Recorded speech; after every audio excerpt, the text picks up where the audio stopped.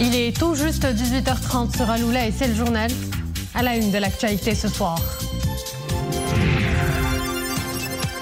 Révision du Code de la famille. Sa Majesté le Roi Amir el-Mo'minin, président du Conseil supérieur des oulémas, donne ses hautes directives au Conseil supérieur des oulémas pour examiner certaines questions contenues dans les propositions de l'instance chargée de la révision du Code de la famille sur la base des principes de l'islam et ses desseins tolérants.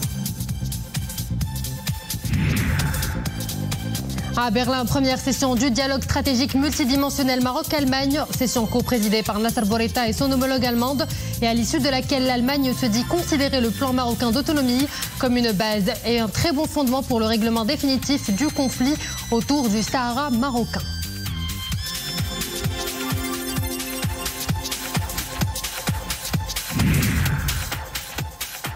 Levée du rideau sur le festival Gnawa et musique du monde d'Essaouira. Véritable hymne au métissage, cette 25e édition propose au public une programmation audacieuse et inclusive. Nous vous ferons revivre les temps forts de la soirée d'ouverture.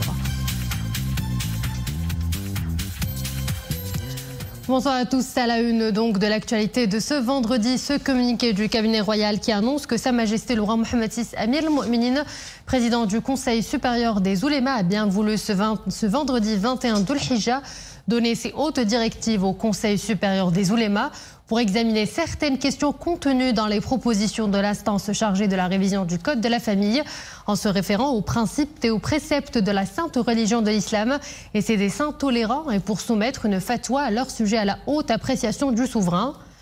Cette saisine intervient après que l'instance chargée de la révision du Code de la famille ait accompli sa mission dans les délais impartis et soumis ses propositions à la haute appréciation de Sa Majesté le Roi.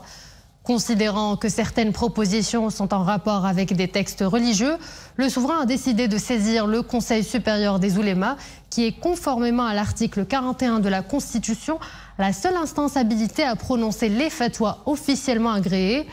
Le souverain a également invité le Conseil supérieur des oulémas à tenir compte dans l'élaboration de sa fatwa du contenu de la lettre royale adressée à monsieur le chef du gouvernement, qui appelle à l'adoption des vertus de la modération et de l'ijtihad, ouvert et constructif, tout en prenant en considération la norme maintes fois prônée par Sa Majesté le Roi, selon laquelle on ne peut autoriser ce qui est prohibé ni interdit ce qui est autorisé. La saisine royale du Conseil supérieur des oulémas s'inscrit dans une démarche de réflexion collective sur la révision du Code de la famille et qui se démarque par son caractère inclusif, modéré et consensuel dans la perspective d'accompagner les évolutions sociétales, mais avant tout par la volonté de répondre aux besoins de protection et de bien-être, de la stabilité de la famille.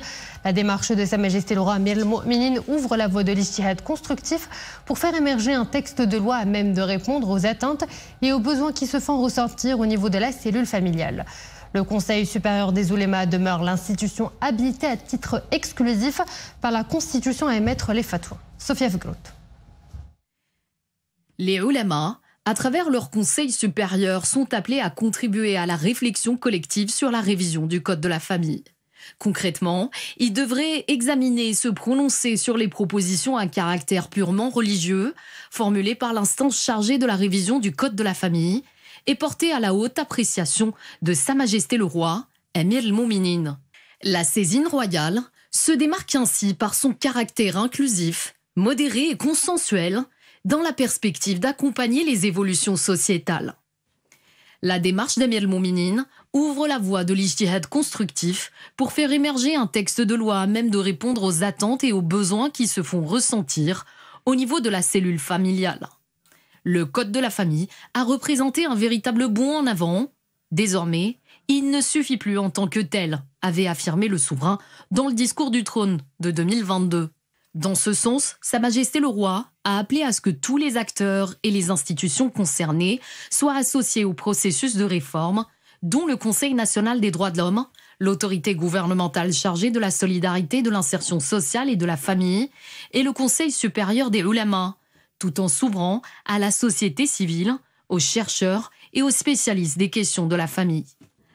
La saisine du Conseil supérieur des oulémas s'inscrit dans l'ambition royale de satisfaire les revendications et d'accompagner les nouvelles réalités sociétales. Il s'agit pour le Conseil d'émettre une fatwa collective dans le but, entre autres, de couper court aux diverses interprétations individuelles en déphasage avec la réalité de la société marocaine, dans le respect des valeurs de la religion, qui tient compte des vertus de l'ijtihad au service de l'intérêt de la famille marocaine. Les droits de la femme et les questions familiales en général sont placés au premier rang des priorités de Sa Majesté le Roi, comme l'atteste la lettre adressée par le souverain au chef du gouvernement au sujet de la révision du Code de la famille. La saisine royale puise son essence dans les prérogatives religieuses de Imarat al-Mu'minin, une particularité du Maroc à travers l'histoire et qui garantit avant tout la sécurité spirituelle des Marocains. L'actualité diplomatique marquée par la visite en Allemagne du ministre des Affaires étrangères, de la coopération africaine et des Marocains résidant à l'étranger, Nasser Bourita, à l'occasion de la première session du dialogue stratégique bilatéral entre le Maroc et l'Allemagne. Une session co-présidée par Nasser Bourita et son homologue allemande Annalena Baerbock. À l'issue de cette première session de ce dialogue, la chef de la diplomatie allemande a affirmé que son pays considère le plan d'autonomie marocain comme une bonne base et un très bon fondement pour le règlement définitif du conflit autour du Sahara marocain. L'Allemagne a également salué les réformes menées par le Maroc sous le leadership de Sa Majesté le Roi pour une société, une économie marocaine plus ouverte et dynamique. À cette occasion, l'Allemagne dit suivre de près l'initiative royale pour faciliter l'accès à l'océan Atlantique pour les pays du Sahel. Lors de ces travaux, les deux ministres ont réaffirmé leur intérêt commun à renforcer le partenariat multiforme dans tous les domaines politiques. Ils ont également réaffirmé leur volonté de développer davantage les relations économiques et commerciales bilatérales et ont encouragé les acteurs économiques. À cet égard, ils ont souligné le potentiel important d'investissement du Maroc, comme le souligne la Charte marocaine de l'investissement. Dans le domaine de la coopération migratoire, les ministres ont exprimé leur soutien aux travaux du groupe migratoire mixte bilatéral qui a tenu sa session inaugurale le 23 janvier 2024 et ont salué les réunions de travail régulières. Dans le domaine de la coopération sécuritaire, les deux parties ont salué la déclaration conjointe signée par les ministres de l'Intérieur le 31 octobre 2023 visant à répandre la coopération dans tous les domaines de la politique intérieure.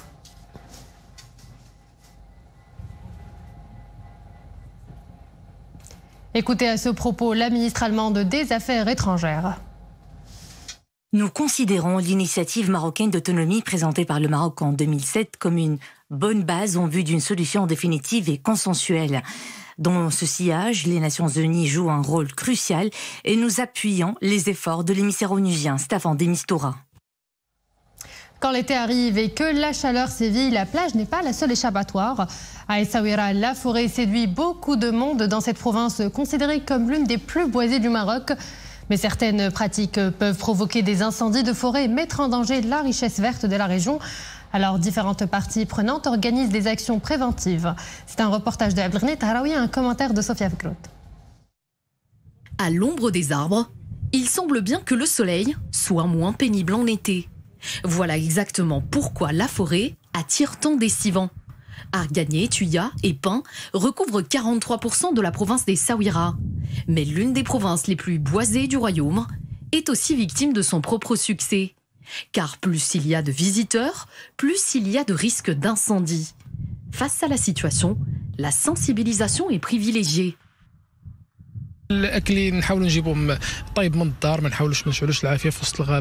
leur dit d'apporter des plats déjà cuisinés, de ne pas allumer de feu dans la forêt.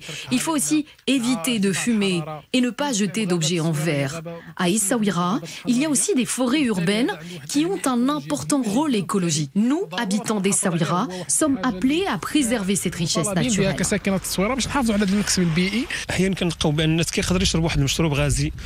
Parfois, les estivants apportent des boissons gazeuses et abandonnent les bouteilles dans la forêt. Ceci est dangereux parce que les reflets du soleil qui se projettent dans le verre peuvent créer des fragments qui se transforment en incendies attisés par le vent. Nous demandons donc aux estivants de ramasser les restes et de les jeter plus tard dans un endroit plus sécurisé. Pendant ce temps, les hommes du feu se préparent toujours au pire. La direction provinciale de la protection civile à Essaouira a mis en place un plan préventif. C'est ce même plan qui a évité aux forêts de la province tout incendie majeur l'été dernier. Une stratégie qui se décline en plusieurs mesures. La maintenance des voies qui se trouvent dans les zones forestières et la création d'autres voies pour faciliter et accélérer l'accès des véhicules de la protection civile. La maintenance des lignes de démarcation des feux pour empêcher la propagation des incendies, la multiplication des points d'eau dans les forêts et l'aménagement de voies y accédant. La direction provinciale de la protection civile à Essaouira et celle des eaux et forêts en plus des ONG organisent des campagnes de sensibilisation auprès des citoyens. Et il y a des mots qui restent gravés dans les mémoires. La forêt est importante pour l'écosystème où l'on vit. Et si on la détruit, l'équilibre est menacé. Essaouira voit aussi pousser des écologistes en herbe. Connue pour ses plages et ses vents, la région invite aussi à prendre un bain de nature. Une invitation adressée seulement à celles et ceux qui savent respecter son fragile écosystème. Place à présent à notre escale culturelle du vendredi et j'ai le plaisir d'avoir sur le plateau l'artiste peintre Zineb Qabbaj. Bonsoir, merci d'avoir répondu présente à notre invitation. Bonsoir, je vous remercie pour votre invitation. Alors commençons tout d'abord par votre actualité. Vous venez tout juste de clôturer une exposition sur la notion de l'incertitude qui fut un franc succès à la galerie Bab el-Kibir des Oudaya. Quelles ont été vos inspirations tout d'abord pour cette exposition et pourquoi cette thématique de l'incertain ? Tout à fait. Alors, je viens de clôturer cette exposition qui a démarré le 11 mai, organisée sous l'égide du ministère de la Culture à la galerie Bab el-Kibir et curatée par Myriam Mimiche. Et le thème de mon exposition était le jeu de la vie ou l'audacieuse incertitude. Et donc mon art, alors les œuvres de cette exposition, tout comme mon art en règle générale, se veut être un art très autobiographique qui vraiment démarre par des questionnements internes sur mes cheminements, mes choix de vie, etc. pour finalement retracer ce vécu en art via mon art. Et donc j'essaye de capturer cette essence dynamique de la vie, cette essence évolutive et surtout l'importance de la notion de perception qui permet d'être malléable à foison pour créer une vision de cette incertitude qui de prime abord angoisse, dérange et terrorise et de transformer cette vision-là de cette notion de l'incertitude. Explorons maintenant un peu plus votre parcours d'artiste. Comment vous vous êtes trouvé et quelles sont les écoles artistiques qui vous ont influencé ? Alors, mon parcours a d'abord démarré dans le monde de la finance, avant de me reconvertir dans l'art, donc de suivre la voie du cœur. J'ai été diplômée récemment de l'école des arts de la Sorbonne. J'ai effectué quelques expositions collectives à Paris, Marseille et Londres, avant cette première exposition à Rabat. Mais mon art, en fait, a vraiment été inspiré par mes expériences à la fois au Mexique, je dirais. Vraiment, mon parcours a peut-être commencé inconsciemment durant mon cursus d'échange universitaire où j'ai eu l'occasion de choisir un électif d'art et d'effectuer une première exposition qui a du coup inconsciemment démarré cette volonté d'en faire mon métier et qui a également inspiré mon art avec cette volonté d'avoir un art contemporain, spirituel, libre, à l'image de Frida Kahlo, du coup, qui représentait sa réalité de manière libre, la perception qu'elle se faisait d'elle-même, de sa réalité. Et donc, j'ai énormément joué sur cette notion de réalité en intégrant plusieurs outils, divers outils techniques, également de la réalité virtuelle durant mon exposition, pour ajouter un côté ludique et permettre aux personnes de travailler sur leur sens et leur perception et de jouer durant cette exposition. Et les beaux-arts, ce n'est pas seulement du talent ou de la créativité, mais aussi c'est des messages profonds sur la vie et d'autres notions comme le bonheur, la douleur, la foi et bien d'autres quêtes universelles. Quelle est votre force motrice et créatrice et quel message essayez-vous de faire passer ? Justement, comme je vous le disais, j'ai vraiment ce besoin d'avoir un art spirituel, autobiographique, où il y a énormément de questions de recherche de sens, de questionnement sur ma vie, mes décisions, etc. Et donc, mon outil de prédilection est vraiment la notion de perception. Finalement, la réalité n'existe pas, seule la perception que l'on en fait crée cette réalité. Donc, à partir du moment où on applique cet outil-là à plusieurs notions, donc à ce titre, dans le cadre de cette exposition, je l'ai appliqué à la notion d'incertitude, mais on arrive à complètement transformer cette notion qui de base dérange et la transformer en une force créatrice, pleine d'opportunités et de magie, parce que, in fine, sans un certain, il n'y aurait pas de jeu, il n'y aurait pas de jeu de la vie. Donc finalement, en embrassant cette notion et en transformant la perception que l'on s'en fait, on a une vision totalement différente de ce jeu de la vie, et on peut vraiment l'appliquer pleinement et créer de la magie en fait. Zineb Kbaj, artiste peintre, merci d'avoir été l'invité de l'Escale culturelle. Merci à vous. Nous enchaînons en musique avec l'iconique festival Gnawa et musique du monde d'Essaouira, l'un des rendez-vous artistiques les plus attendus de l'année. Pour sa 25e édition, le programme est éclectique, des expérimentations musicales des plus audacieuses et des plus improbables pour le plus grand bonheur des mélomanes et des festivaliers. Les temps forts de la soirée d'ouverture avec Abdelrahman Zien, Abdelghani Taharaoui, Dominique Orlando avec Mehdi Krakchou.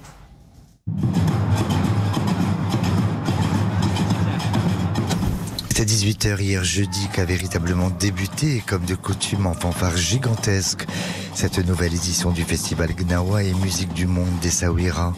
À travers les ruelles de la ville, ce sont tous les grands marlèmes qui semblaient vouloir aller, et en premier lieu, à la rencontre des Souiri, à la rencontre de tous les festivaliers, pour très probablement leur témoigner de la gratitude devant l'ampleur qu'a prise, grâce à eux, la culture Gnawa à travers le monde et depuis ces 25 dernières années. La musique Gnawa, c'est une musique mère, comme le jazz, comme le blues. C'est une musique qui est née avec l'homme, qui signifie l'homme en soi-même. Donc c'est ouverte, c'est une musique aussi riche en rythme, riche en harmonie, riche en accords. C'est à cause de ça, que la musique Gnawa peut s'adapter et peut se synchroniser avec toutes les musiques du monde.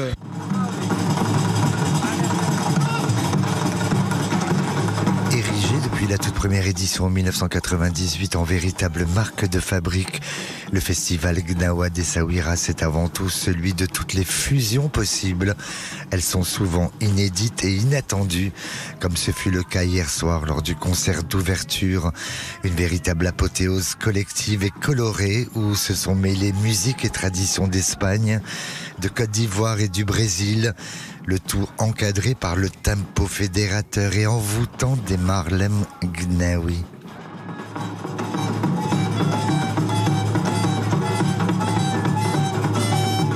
C'est important, c'est le public qui fait le succès d'une manifestation telle que celle-ci. Sa fidélité, remercie aussi les Gnawa qui depuis 25 ans ont toujours fait preuve de solidarité, d'une conduite de progrès réellement, parce que une confrérie marginalisée dont les pratiques avaient pour habitude de se produire dans les riads, dans les zaouïas, et qui aujourd'hui est sur les plus grandes scènes en face des deux publics de 25 000, 30 000 personnes, c'est vraiment impressionnant et c'est vraiment intéressant. Ce vendredi matin s'ouvrait un autre volet très attendu du festival d'Essaouira avec l'ouverture de la 11e édition du Forum des droits humains, créé en 2012 et qui rassemble une pléiade d'intervenants venus débattre et se pencher sur la thématique choisie en cette année olympique, à savoir Maroc, Espagne, Portugal, une histoire qui a de l'avenir. Haremos una edición de éxito.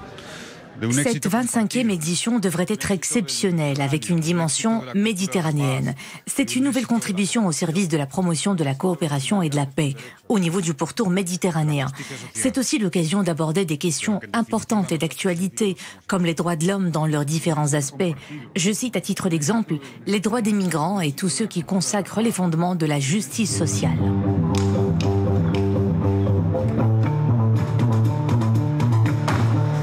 De se reposer sur un succès d'ensemble remarquable qui n'a pas connu jusqu'alors d'équivalence à travers les scènes musicales mondiales. Le festival d'Essaouira poursuit son désir de développement et d'expansion au service de la seule musique Gnawa, convaincu, et quelles que soient les difficultés traversées, que la meilleure façon de prédire l'avenir, c'est justement de le créer. Et voilà, nous arrivons à la fin de cette édition. Merci à vous de l'avoir suivi. Excellente suite de programme sur Oula.